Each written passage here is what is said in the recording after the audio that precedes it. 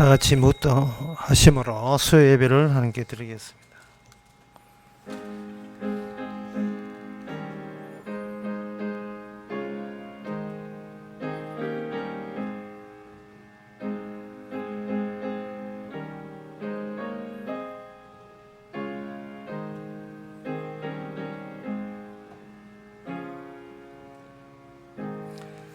누가 말하기를 여호와는 나의 피난처시라 하고 지존자로 거처를 삼았으므로 화가 내게 미치지 못하며 재앙이 내 장막에 가까이 오지 못하니니 저가 너를 위하여 그 사자들을 명하사 네 모든 길에서 너를 지키게 하심이라. 오늘 또 주께서 지켜주시는 방식으로 저희들에게 말씀을 보게 하시니 감사합니다. 세상에서 어떤 것보다 더 귀한 것이 주의 말씀인 거로 이 말씀 속에 영생이 있고 주님이 있음을 다시 한번 분명히 느껴지는 그런 시간 되게 하옵소서. 예수님 이름으로 기도합나이다. 아멘. 찬송가 490장 합시다.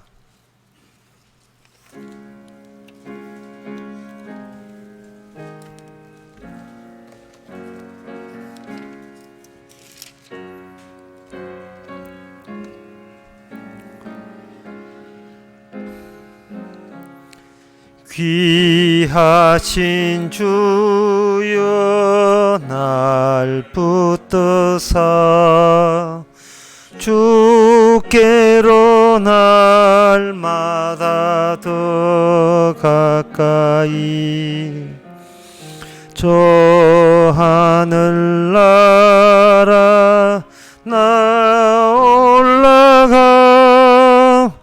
구주의 품 안에 널 안기어 영생의 복 받기 원합니다. 봉헌한 물건 나 없어도 날마다 주께로 더 가까이 내 죄를 주께 다 고하니 주님의 보혈로 날 씻으사 눈보다 더 이게 하옵소서. 간악한 마귀 날 꿰어도 주 예수 앞으로 더 가까이 이 세상 속한 그 영심 또 주한 생각을 다 버리니 정결한 마음 내게 늘 줍소서. 이 세상 내가 살 동안에 주께로 날마다 더 가까이 저 배는 천국 나 들어가 한없는 복락을 다 얻도록 풍성한 은혜를 비나이다. 아멘. 이 시간 다 함께 기도합시다. 기도 제목은 이렇게 교만하지 말고 어시되지 말고 항상 주께 모든 것을 다 맡기는 생활. 그것도 한 번 맡겼다고 되는 것이 매일같이 아침에 눈만 뜨면 주께 맡기고 잠잘 때는 맡기고 주께 맡기는 생활을 할 수 있도록 다 같이 기도합시다.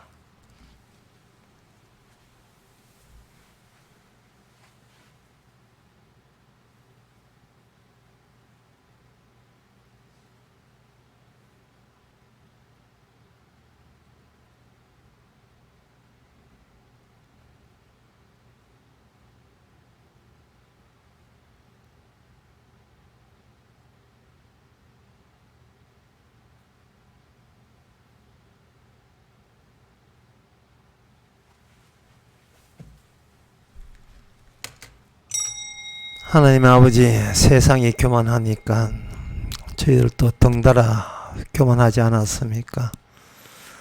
세상이 스스로 자기 잘난 체 하니까 우리도 덩달아 믿지지 않기 위해서 내 것을 내세우지 않았습니까?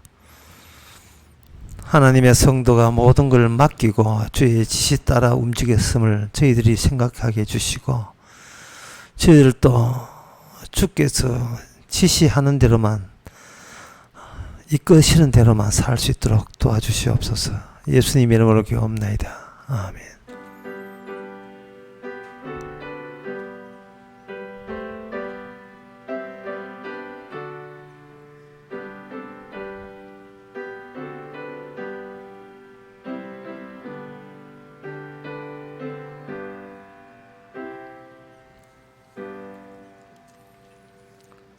하나님의 말씀 보겠습니다. 하나님의 말씀은 호세아 12장 7절에서 10절까지입니다.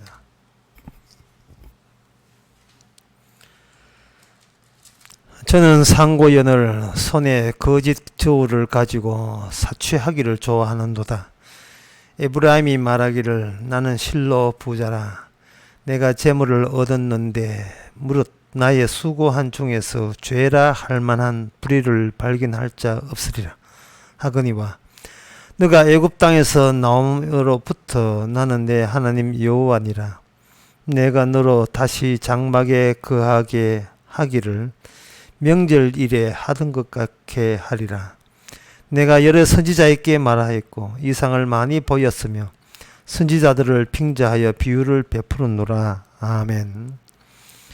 7절에 보면 여기 에브라임이 거짓 저울을 가지고 사치라는 사적으로 부당 이득을 취하는 것을 말하죠. 그렇게 해서 에브라임이 나는 부자가 되었고 재물을 얻었다. 그리고 하는 말이 내가 수고한 것에서 죄라고 지적할 만한 것은 없다. 이렇게 자부했습니다. 그런데 이 지금 이 부자들이 그 부당 이득을 취하는 것에 대해서 피해를 입은 서민들이 부자 보고 공격하는 것이 아니고, 하나님께서 호세아 선지자를 통해서 하나님께서 직접 그 부자들에 대해서 지적을 하고 있습니다. 그 뭔가 우리가 누구를 지적할 때는 과연 지적할 만한 자격이 있느냐, 그걸 따져야 되고, 두 번째는 도대체 지적을 해서 얻겠다는 게, 그렇게 잔소리해서 도대체 뭐 얻겠다는 게 뭐냐, 그걸 생각을 해야 됩니다. 이게 인간들이 이 땅에 살면서 경제 활동하거든요.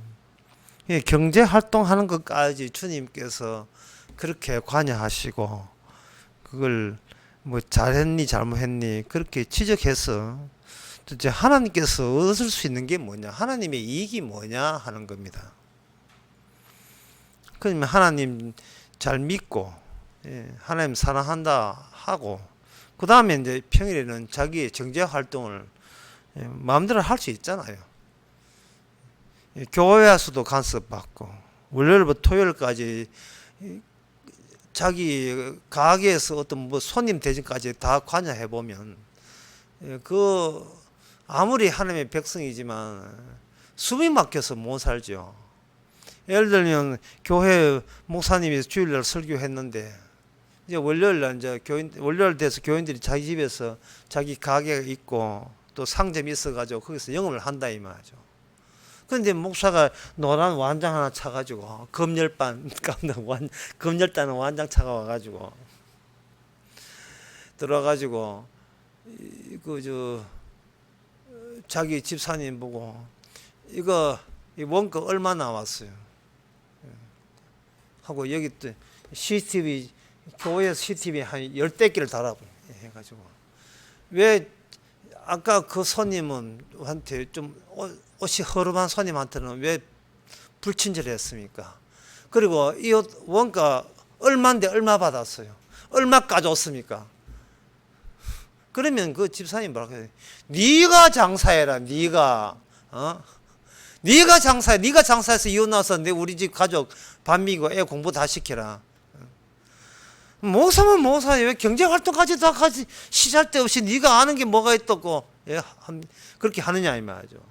또 이렇게 뭐 참외 장사, 수박 장사 한다면 목사가 검열당 해가 완전 타가지고 수박 톡톡 터뜨려 먹어요. 이거 다 있지도 않는데 이거 파나? 응? 그리고 당도 한번 봅시다 해가지고 꼽아가지고 당도 축제하고 어디 농협에서 나왔어요? 농협에서 나오진 않.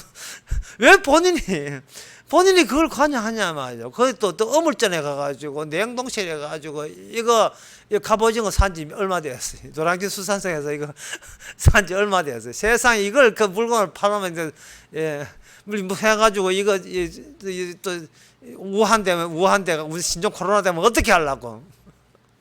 그러면 그 아무리 교인들이라도 그거는 관여 못하죠. 또 그 목사가 내가 어떤 자기 집사님이 학교 교사인데 교사가 딱 앉았는데 그거 가가지고 해가지고 여기 선생님 지가 또 뒤에 앉아가지고 수업 잘한가 이게 무슨 할 짓입니까 이게? 왜 하나님께서 이게 지적을 하냐 이 말이죠. 자기 열심히 하나님 열심히 믿고 또 자기 밥벌이는 해야 될 거 아닙니까? 노동을 해야. 그 집에 가면서 그러면 집에 가면서 수면제 먹고 집에 가면 누워 있으면 아침에 눈 뜨면 짜장면 배달돼 있습니까? 안 그렇거든요. 긴급 재난 기금도 뭐 한두 번이지 계속 달라네 계속. 이 말이 돼 이게? 왜 하나님께서는 이게 사소한 경제 활동까지 또 가정주부 같으면 검열단 마스크 해가지고 설거지 잘했나 이게 찌꺼기 봐 이거 남의 애 또 교육시키는까지 다 해가지고 애 초콜릿 먹이지 말고 그까지 다 이야기하고 기저귀 깨끗이 빨았는가 그까지 어떻게 간섭해가지고 이게 숨이 막혀 살겠습니까? 도대체 주님은 왜 지적을 하느냐요. 나는 경제상하래. 그 정도까지는 얼추 자율성을 줘야 인간들이 또 뭐 하나님께 또 신나게 또 주일날은 봉사하고 뭐 그래야 되는 게 아니겠어요. 그리고 여기 오늘 본문에서 이게 거짓 저거를 가지고 사치한다고 이게 누가 화가 내냐 하면은 주님이 화를 내시는 거예요. 이것은 뭐냐 하면은 이런 뜻입니다.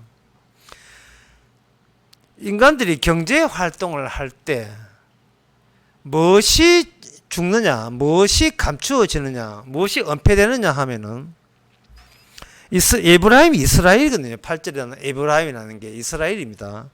그 이스라엘이 해야 될 본래의 그 목적과 괴리된 채, 끊어진 채 경제활동을 하고 있는 거예요. 이스라엘은 이스라엘답게 그 원칙이 살아나야 되는데, 뭐 성전에 와서 또는 뭐 이렇게 제사 드릴 때는 이스라엘 그거 같아 보이지만, 막상 세상에 나와서 경제활동하거나 개인적인 가정활동을 할 때는 그 하나님의 이스라엘됨의 원칙이 죽어버리더라 말이에요. 없더라 이 말이죠. 그래서 하나님께서는 그들이 경제활동까지 이제 관여를 하는 거예요. 왜 관여하냐면 도대체 이스라엘 에브라임이 하나님의 언약을 제대로 보여주지 못하는 그 원인이 그들의 일상 속에서 언제든지 찾을 수가 있다고 하는 겁니다. 그러면 이스라엘이 에브라임이 뭐가 문제냐?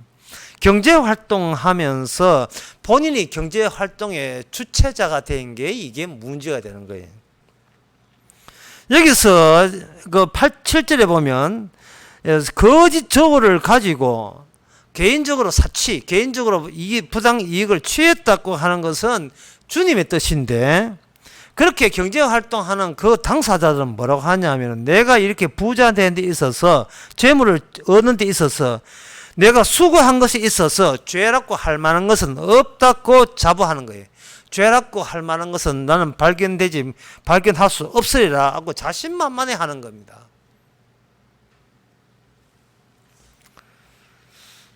주님께서 하나님 보고 이야기해요. 하나님이요, 제가 무엇을 근거로 제가 거짓 저울을 사용해서 사치했다고, 개인적인 부당 이득을 취했다고 그렇게 일방적으로 하십니까? 제가 보기에는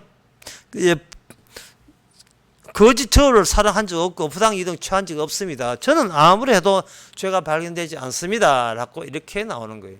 이 질문을 만약에 여기 호세아가 있다면, 그 당시 사람들 호세아가 그런 발언을 했으니까 호세아를 붙들고 봐가지고 뭐라고 하냐면, 아까 제가 말한 것처럼 네가 장사해라, 네가 저 채소 장사해봐라, 과일 장사해봐라, 왜 거짓 저울을 사용하느냐라고 지적질하지 말고, 그럼 내가 자기 비켜줄게, 네가 이거 저 과일 저 가락시장 가가지고 농산물 떼어가지고 네가 여기서 장사해봐라. 너는 그러면 참된 저울이라는 것을 어떻게 사용하는지 한번 보여다오. 그렇게 나올 거예요. 여러분, 이걸 알아요. 정직한 저울은 사람으로 하여금 살 수 없는 환경으로 이끕니다. 정직한 저울은. 정직하지 않기 때문에 우리가 살아있는 거예요. 거짓 저울을 사용하기 때문에 살아있는 거예요. 만약에 정직한 저울을 사용해버린다면 우리는 도저히 이 땅에 밥 먹고 못 삽니다.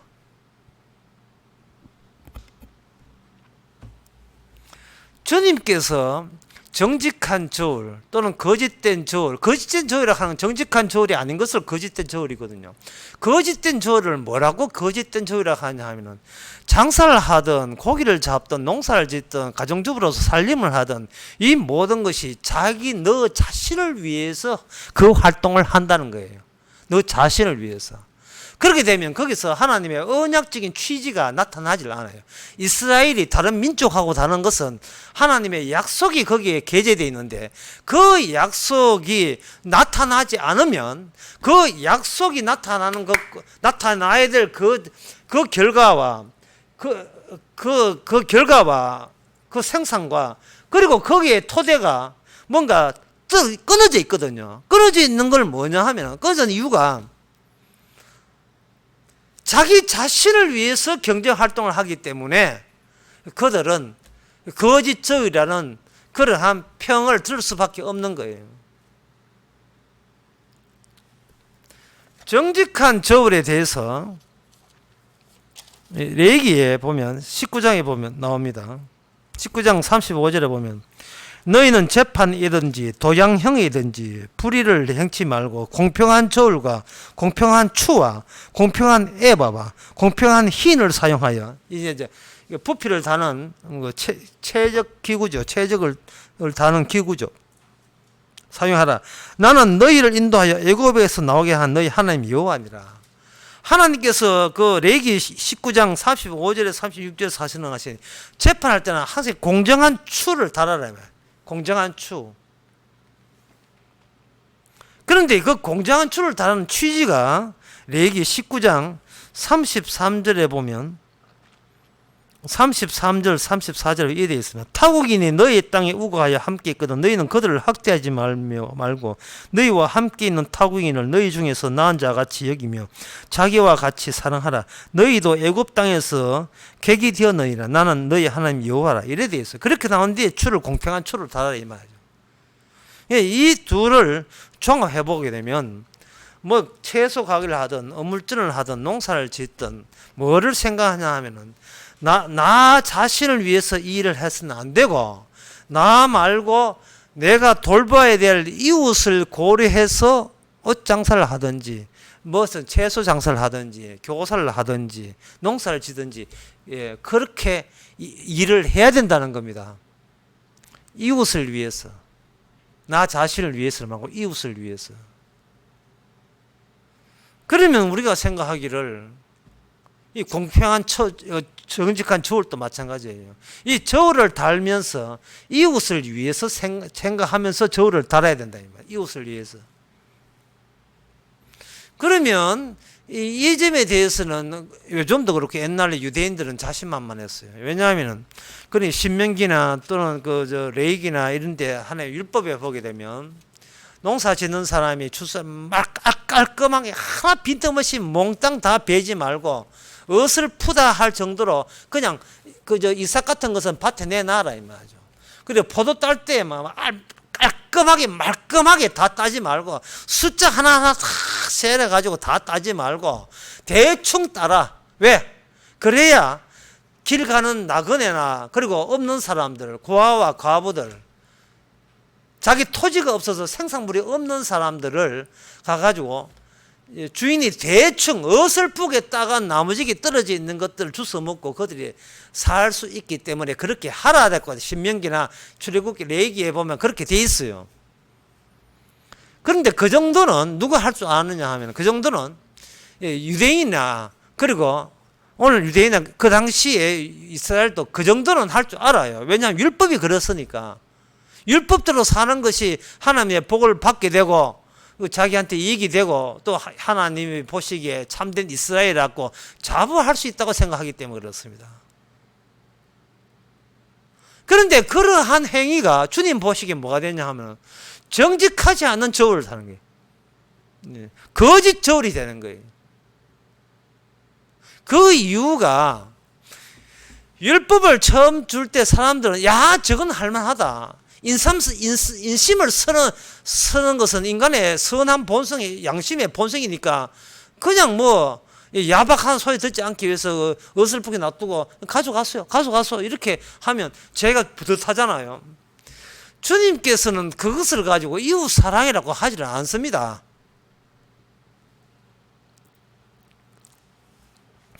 그래가지고 하나님의 언약이 성취되는 게 아니에요. 율법에 대해서 마태복음 18장 21절에 보면 어떤 사람이 물어 율법사가 이러되 마태복음 18장 아니고 22장 37절에 보면 예수께서 어떤 율법사가 말한테 시험하되 율법 중에서 어느 계명이 제일 큽니까? 라고 하니까 예수께서 가라사대 네 마음을 다하고 목숨을 다하여 뜻을 다하여 하나님을 사랑하라 하셨으니 이는 크고 첫째 되는 계명이요 둘째는 그와 같은 내 이웃을 내 몸같이 사랑하라 이래 되어 있어요. 그래서 사람들은 이 계명을 하나님 대해서는 하나님께 마음을 뜻을 다하고 이웃이 있네 그럼 이웃도 하나님 사랑하는 사랑으로 사랑하게 되면 이 율법을 이룬다 이렇게 생각하는 겁니다. 그러나 누가복음 10장에 보면 그런 뜻이 아니에요. 누가복음 10장 25절에 보면 어떤 율법사가 와가지고 예수 어떻게 하여 영생을 얻습니까 하니까 네 방금 같은 말 해요. 네 마음을 다해 뜻을 다하여 하나님을 사랑하고 또한 이웃을 내 몸같이 사랑하라 할 때 이 율법사가 뭔가 낌새를 찾는지 이런 이야기를 합니다. 이런 질문을 보통 사람은 안 하는데 율법사는 질문을 해요. 내 이웃이 누굽니까? 만약에 현장에 우리가 있다면 네가 진정 이웃이 누군지 몰라서 묻냐? 이웃이란 그 단어, 그 개념은 애들도 알고 있어요. 이웃, 가까운 옆에 사는, 근처에 사는 사람들. 아마 그 친구 같으면요. 물을 걸 물어라. 그 이웃을 모른다니. 알잖아. 우리 이웃 알잖아.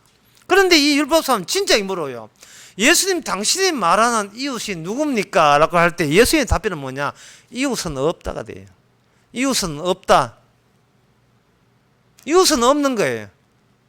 율법은 이웃을 사랑하라 하는데 막상 사랑할 이웃이 없는 겁니다. 왜 이웃이 없는가? 네가 없거든. 율법을 지킬 네가 없거든.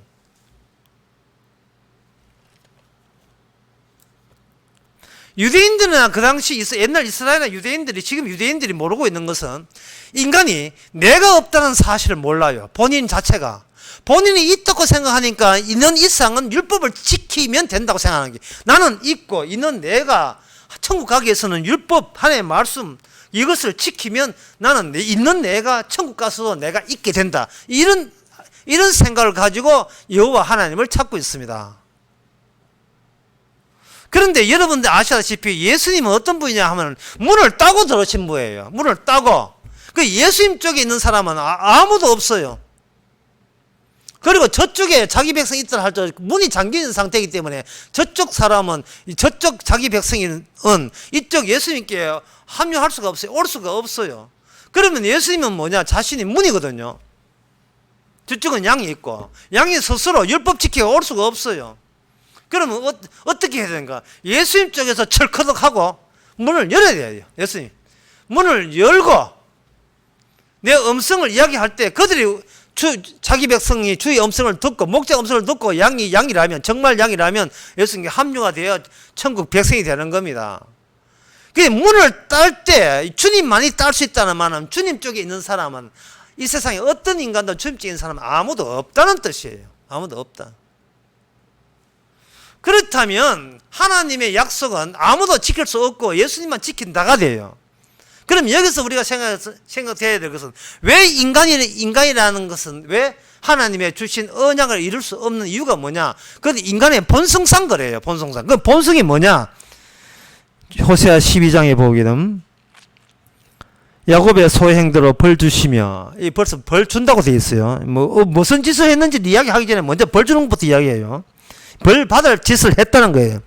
유다와 쟁번하시고 논쟁했다는 겁니다.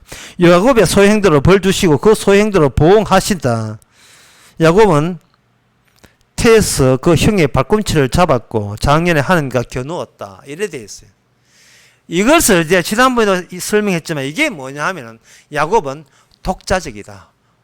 독단적이다. 그래야 되는 겁니다. 이게 야곱의 태생이에요. 야곱다운 본성입니다.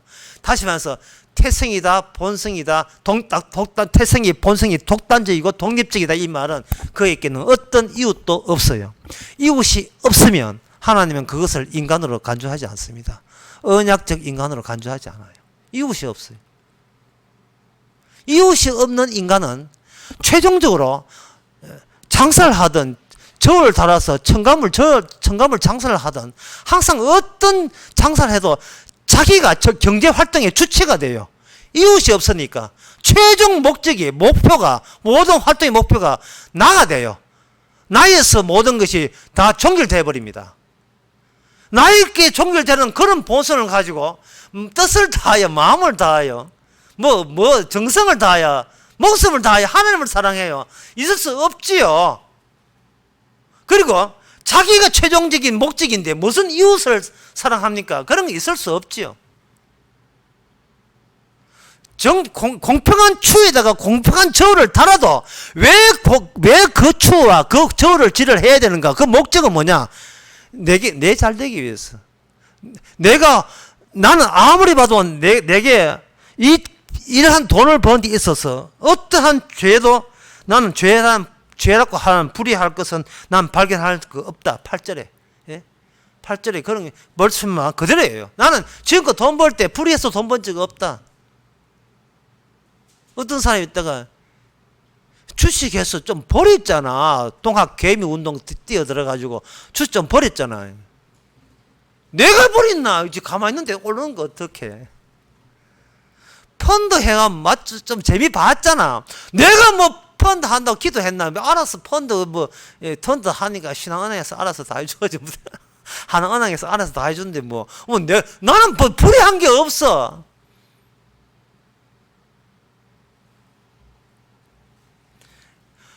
왜 불의한 게 없느냐 하면은 이웃이라는 것이 없기 때문에 자기가 정당하면 자기가 정당하다고 여긴 범위 내에서 자기는 정당한 자로, 불의가 없는 자로 일방적으로 간주해버려요. 그것은 언약이 아닙니다. 원래 언약은 어디서 나오냐 하면 창세기 3장 15절에 하나님의 약속에서 나왔어요.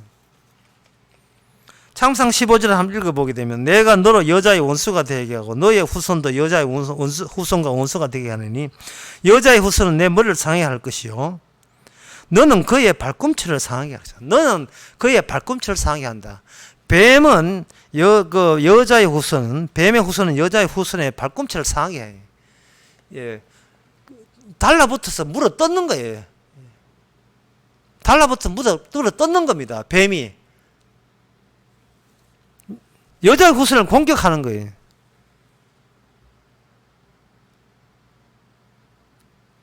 왜 뱀이 그 여자의 후손의 발꿈치를 물어 떴습니까? 목적이, 존재하는 목적이 본인을 최종 가치와 의미를 두기, 본인한테 최종 가치와 의미를 두기 때문에 어떤 이유도 없고 모든 것이 적이 되어버리죠.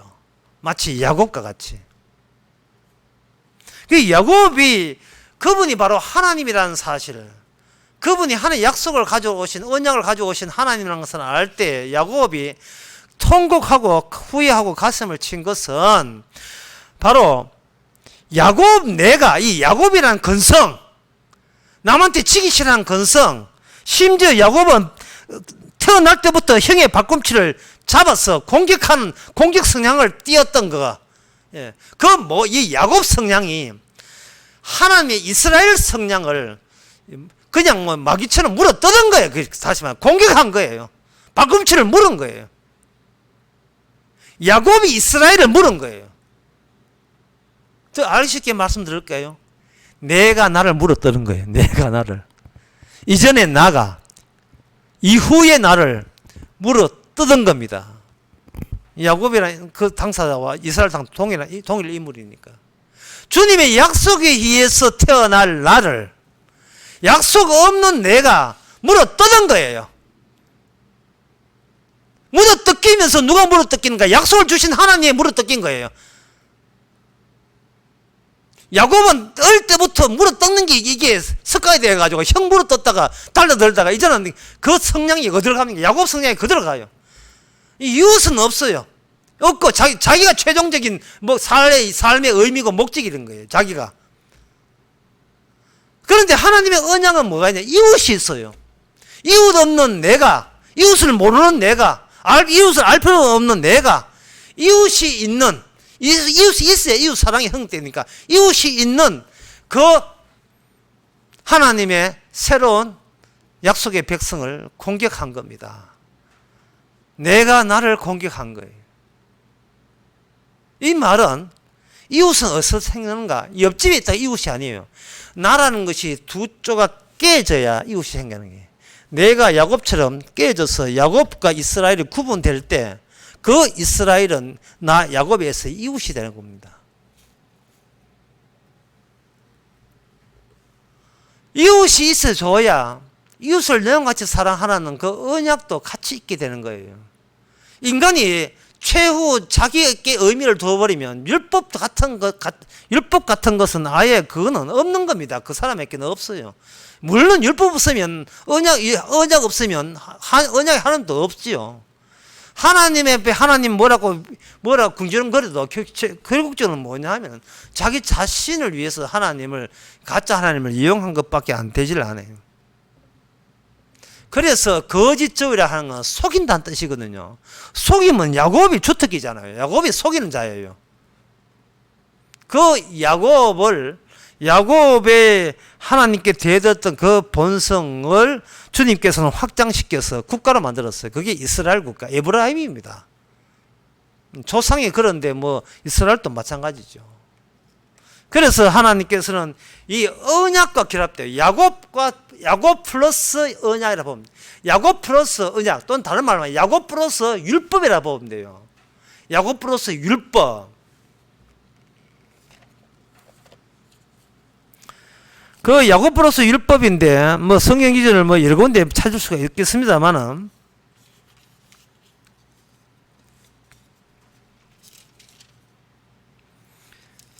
예를 들면 출애굽기 21장 2절에 너는 히브리 종을 사면 그는 6년 동안 성일 것이요 제7일은 값없이 나가 자유하게 할 것이라고 그렇게 되어 있어요.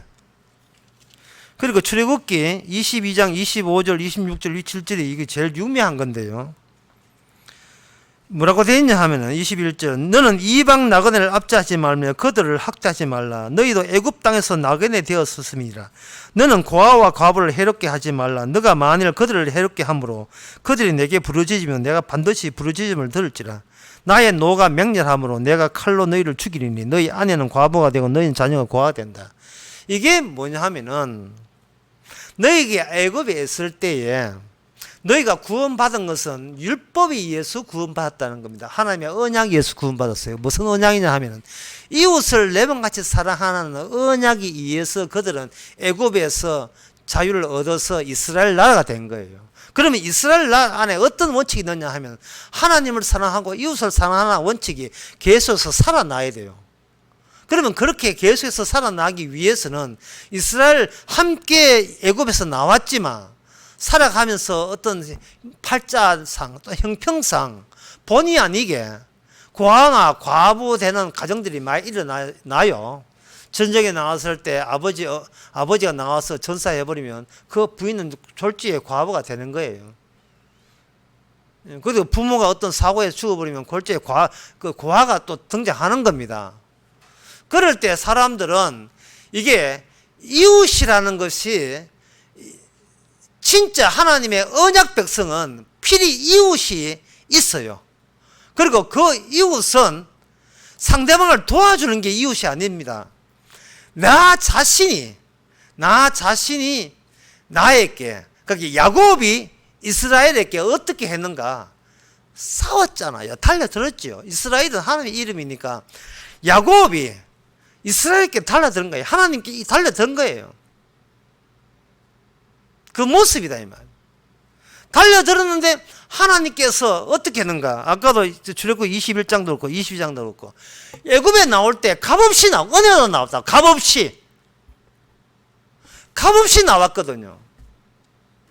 따라서 내가 전에 있던 인간 나와 후의 인간 사이에 뭐가 있냐? 값없이, 이 값없이 나왔다는 말은 뭔가 값을 치렀다 이 말이에요. 나에게는 결과적으로는 값없이 내가 내 값을 치르지 않았다는 말은 누군가 대신 값을 치르고 나로 하여금 언약 백성이 되게 한 겁니다. 언약 백성이. 그것이 뭐냐? 그 과정 사회에서 이웃 사랑이 거기에 담겨 있는 겁니다. 그러니까 주변에 고아와 과부가 이래 있을 때에 그 모습은 뭐냐? 자신이 그 처량하고 처참한 모습은 자신의 과거 자신의 형편을 주께서 수시로 반복해서 우리 주변에 보여주는 거예요. 그 이웃이 나예요. 내 모습이에요.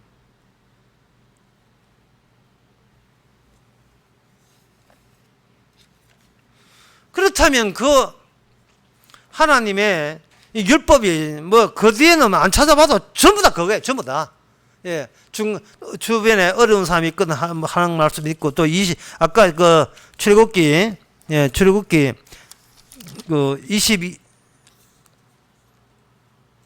22장 출애굽기 22장 그 말씀을 계속 그 보게 되면 이런 말씀 나와요. 25절에 너가 만일 함께한 너희 백성 중에 가난한 자에게 돈을 꾸이거든 너는 그에게 체주같이 하지 말며 별일을 이자를 받지 말라. 너가 만일 이웃의 돈을 저당하거든 해가 지기 전에 돌려줘라. 왜냐? 너희도 옛날에 학대받았기 때문에, 이방 민족에서 학대받았기 때문에. 결국은 하나님께서 이스라엘을 통해서 하나님의 언약을 계속 유지시키라는 이유는 이방 민족을 바로 이스라엘을 기준으로 해서 심판하기 위해서 그렇습니다. 그들 나라는 영원한 나라가 되면 안 되거든요. 아주 작살내야 되고 심판을 하기 위해서는 심판 기준이 있어야 되는데 그 심판 기준으로 이스라엘을 뽑아낸 거예요. 그러면 이스라엘도 마찬가지로 그들은 뭐 야곱의 소행처럼 자기가 최종 의미고 자기밖에 모르죠. 예, 그럴 때 주어지는 것이 뭐냐면 하나님의 율법입니다. 율법대로 주어지게 되면 그들은 모든 율법을 다 지키지 않는 한 하나님께 무서운 징벌을 당하게 되어 있어요. 율법에 그래 되어 있어요. 마태복음 5장에 보게 되면 5장 26절에 진실로 내게 이르노니 너가 홀이라도 남김없이 다 갚기 전까지는 결탄코 거기서 나오지 못하리라. 네가 만약에 제대로 법대로 하지 않으면, 율법대로 하지 않으면, 하나를 어기라도 제대로 다 지키지 않으면, 그 갚지 못하면 너는 나오지 못한다. 엄중한 율법을 그대로 이스라엘 백성에게 적용시켜 버립니다.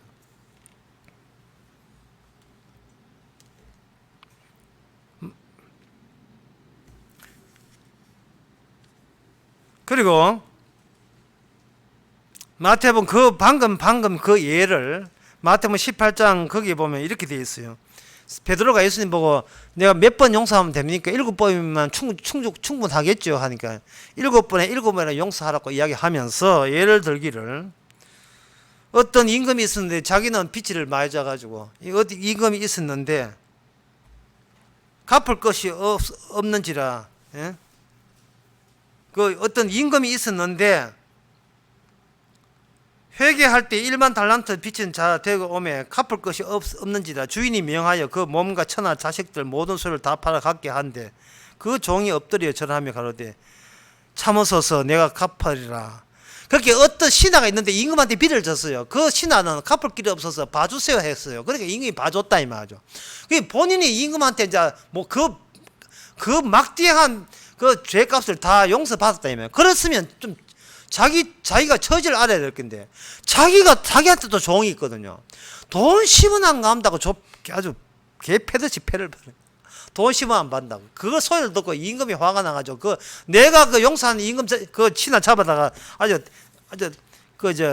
만약에 다 갚지 않으면 큰 벌을 낸다 해가지고, 큰 벌을 낸다. 이런 식으로 예수님이 비유를 했거든요. 그래서 33절에 보면 내가 너를 불쌍히 여긴 같이 너도 불쌍히 여기라. 그래 되어 있어요. 이 모든 이야기가 반드시 뭐가 있어 구비되냐 하면 이웃이라는 것이 있어야 돼요. 이웃이라는 게. 근데 이웃은 내가 독자적으로 최종적인 의미를 가지고 내가 있어버리면 아무리 남을 사랑하고 동정을 하고 불쌍히 여겨도 그거는 하나님의 이웃 사랑이 아닙니다. 내 자체가 깨어져서 내가 율법을 지킬 수 없는 죄인인 것을, 그것도 갚을 길이 없는 죄인인 것을 내가 아는 그것이 하나님의 율법의 시작이에요. 그게 율법의 시작입니다.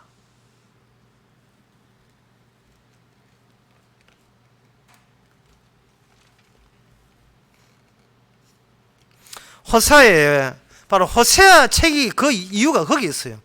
여러분 아시다시피 뭐 되풀이 할 건 없지만 호세아가 음란한 여인을 아내로 삼아서 음란한 자식을 낳아라 해놓고 3장에 보면 그 호세아가 그 여자한테 그 여자가 또 집 나갔는 모양이죠. 그래서 하는 말이, 너는 가서 호세아 3장 1절에 타인에게 연을 받아서 음부가 된 그 여인을 사랑하라 하시기로 내가 은 15개와 보리 한 호멜 반으로 가서 나를 위하여 절을 사고 저에게 이르기를 너를 많은 날 동안 나와 함께 지내고 행음하지 말며 이래 돼서 값을 치르고 바람난 여자를 탓을 값치고 집에다가 데려오라는 거예요. 값은 누가 치르고, 가늠하지 않는 남편이 값을 치르고, 값은 그 누구 값을, 바람납서 집 나간 그 음란한 아내의 값을, 죄값을 남편이 깨끗한 호세아가 치르는 거예요. 치르고 데려오는 겁니다. 이게 목사님 부부의 세계예요. 이거 뭐 보나마나 호세아는 예수님이고요. 그 음란한 바람난 여자는 이스라엘이죠.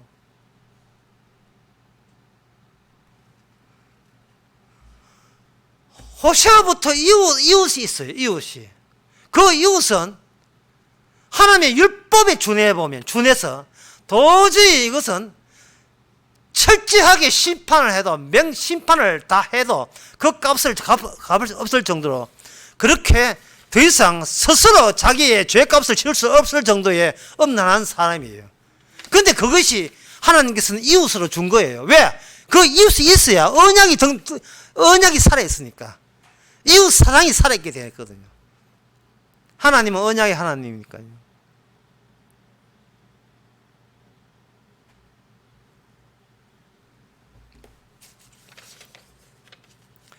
그래서 약속이라는 것은, 하나님의 진정한 약속이라고 하는 것은 율법을 통해서 죄를 계속 끝까지 가는 거예요. 그게 스스로 나가 존재하는 이유는 나 때문이라고 자기 단독자 독립적인 사고방식을 갖고 있는 이 모든 인간이 다 그러니까 나 야곱이니까 그런 인간을 갖고 인간에게 율법이 철저하게 추적해서 기의 율법의 그 저주로서 완전히 네 스스로 네 지은 죄 율법에 위반한 죄에서 값을 칠 수 없음을 고발해 버립니다. 이것이 이스라엘의 기능이고 역할이에요. 그 약속은 죄의 무게만큼 값을 치르기를 요구를 하는 거예요. 값치라. 호세아 봐라. 자기 밤낮 값치랐잖아. 네가 이웃 사랑한다고 그럼 값을 치러봐. 내한테 이웃 사랑 못한 값을 치러봐. 맛을 못 치르면 어떻게 되느냐. 오늘 본문에 봅시다. 오늘 호세아 12장 본문에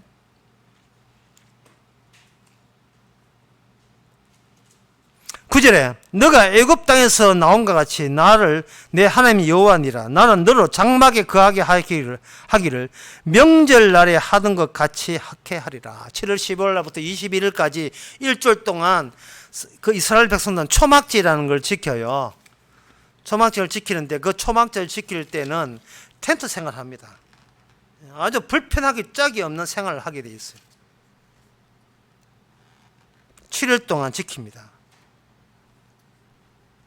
레기 23장 39절부터 42절까지도 나와 있고 또 다른 기절도 여러 군데 나와 있는데 이 초막절에서 그들은 평안하게 살던 시절을 일부러 자진해서 광야 시절의 고행을 체험하는 기간을 가져요. 1년에 한 번씩. 그게 초막절이에요.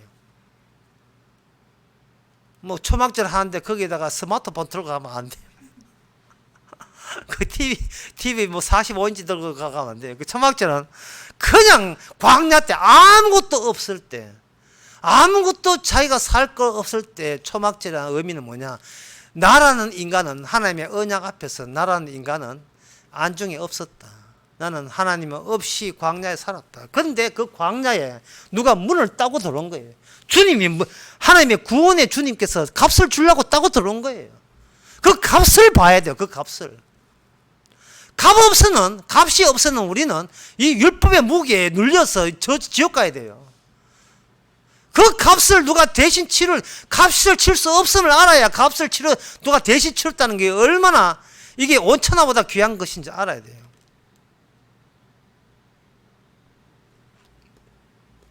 사람이 혼자서 어떤 자기 의미와 가치를 혼자서 결정하려고 할 때는 아무리 세상을 살아봐야 어둠 속에 방황밖에 안 됩니다.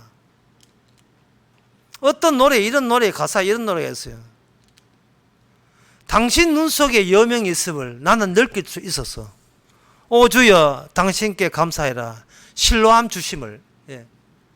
논산훈련소에서 배우는 노래 아닙니까?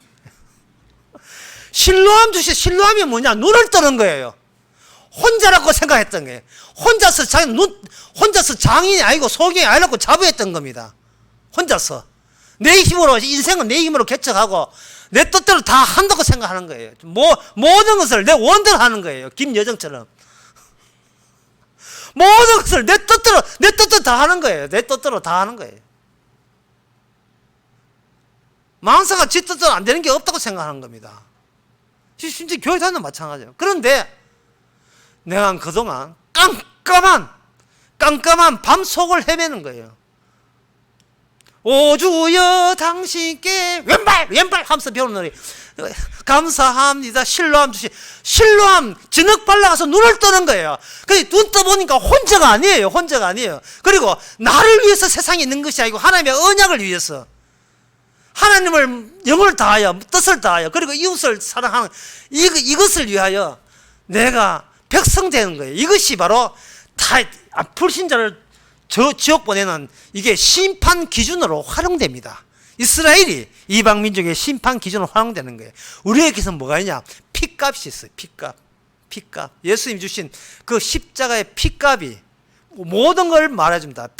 그 피로 말미암아 우리는 사랑을 오히려 해주는 자가 늘 사랑을, 이웃 사랑을 주님한테 받고 있고, 그리고 하나님의 사랑, 그 피 안에서 하나님의 사랑도 또한 받고 있고, 그래서 나는 죄인이지만 주님의 이런 사랑을 받았어요. 그 사랑 받은 것을 증거하는 것, 그게 오늘날 새로운 이스라엘, 이미 야곱에서 새로운 이스라엘 된 사람의 주님의 존재케 하는 이유입니다. 기도하겠습니다. 하나님 아버지,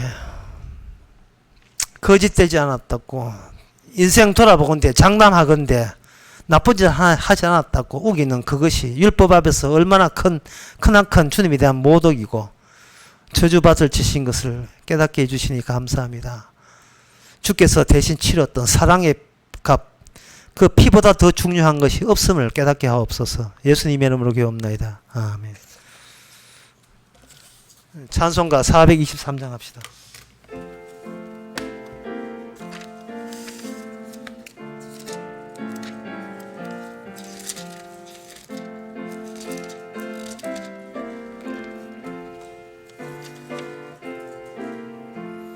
나의 믿음 약할 때에 날 붙던 해, 마귀 나를 꾀일 때에 주 날 붙던 해, 나를 붙던 해, 나를 붙던 해, 사랑하는 나의 주 나를 붙던 해, 우리 구주 아니면 서지 못하네.